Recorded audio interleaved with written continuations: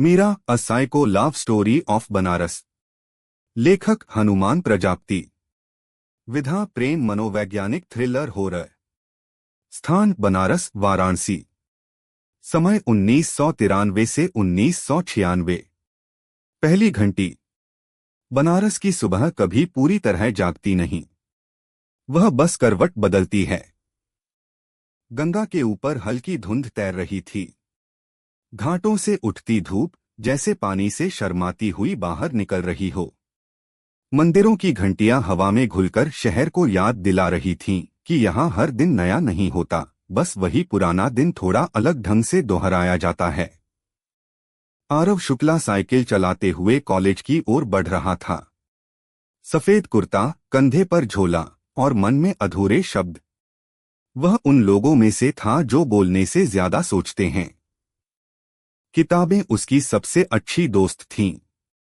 बनारस उसके लिए शहर नहीं था, एक कविता थी जिसे वह हर रोज पढ़ता था।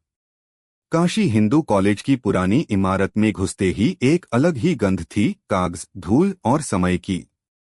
लाइब्रेरी। यहीं आरव सबसे ज्यादा खुद को पाता था। वह अपनी पसंदीदा मेज पर बैठा, किताब खोली ही थी कि अचानक उसकी नजर उठी। सामने वाली कतार में वह मीरा त्रिपाठी।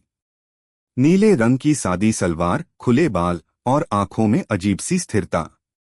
वह न मुस्कुरा रही थी, न उदास थी, बस मौजूद थी। आरव की उंगलियां किताब पर ठहर गईं। उसे ऐसा लगा जैसे किसी ने अचानक उसके मन में घंटी बजा दी हो। मीरा किताब पढ़ नहीं रही थी, वह पन्नों को देख रही थी, जैसे शब्द उसके लिए कुछ और ही मतलब रखते हों। बीच बीच में वह पेंसिल से कुछ रेखाएं खींचती, जैसे दिमाग में चल रहे विचारों को बांध रही हो। आरव ने नजरें हटा लीं। दिल थोड़ी तेज धड़क रहा था। बेवकूफ है क्या, उसने खुद से कहा। लेकिन कुछ देर बाद उसकी नजर फिर उठ गई। इस बार मीरा उसे देख रही थी। सीधी, गहरी, बिना झिझक। कुछ सेकंड, बस उतना ही।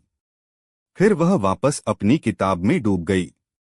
आरव के लिए वही कुछ सेकंड काफी थे।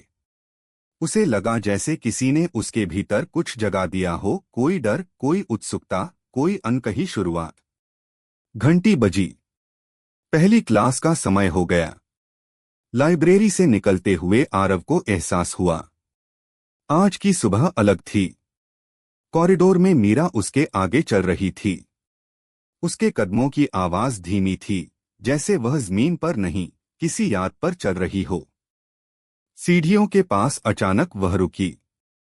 तुम हिंदी साहित्य पढ़ते हो?